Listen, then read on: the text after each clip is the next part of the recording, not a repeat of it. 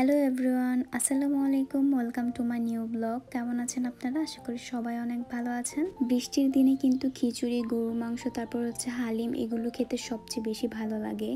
তো আমি আজকে হালিম রান্না করব। আর আগে বলে নিই, আমি ফার্স্ট টাইম হালিম রান্না করছি, এর আগে কখনো রান্না করিনি।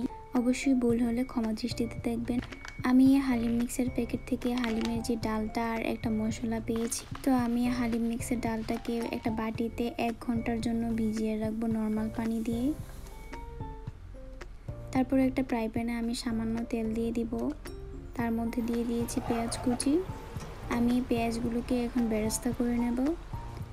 বেরেস্তা করা হয়ে গেলে আমি এখানে কিছু পরিমাণ ডেকোরেশনের জন্য রেখে বাকিটা রান্নার কাজে লাগাবো। আমি এখানে 1 চামচ আদা রসুন বাটা দিয়ে দিয়েছি, হালকা একটু ভেজে নেব কাঁচা গন্ধটা যাওয়ার জন্য। তারপর অল্প একটু পানি অ্যাড করে দিলাম। তারপর দিয়েছি সামান্য পরিমাণ হলুদের গুঁড়ো, মরিচের গুঁড়ো, ধনিয়ার গুঁড়ো আর জিরার গুঁড়ো। এখন দিয়ে দেব হালিম মিক্সের যে মশলাটা আছে ওইটা। আমি পুরোটা দেব না, হাফ দেব, কারণ আমি সম্পূর্ণটা রান্না করব না। এখন আমি সবগুলো মশলা ভালো করে কষিয়ে নেব।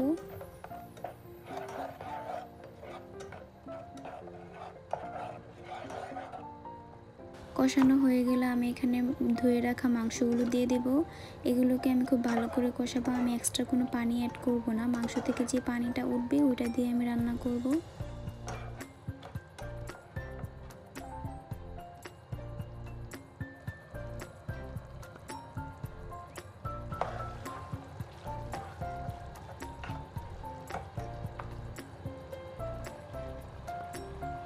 আমার মাংসটা কষানো হয়ে গেছে। এই পর্যায়ে আমি ভিজিয়ে রাখা যে ডালটা, ওই ডালটা দিয়ে দিব।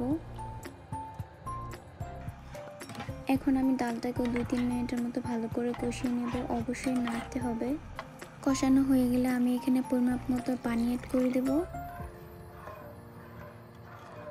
এখন আমি দিয়ে দিব পরিমাপ মতো লবণ। ডালটা ঘন হওয়া আগ পর্যন্ত আমি এটাকে জাল করব। এখন আমার সব কিছু সিদ্ধ হয়ে গেছে, তার মানে আমার হালিমটা রেডি। এখন আমি জাস্ট সার্ভ করব।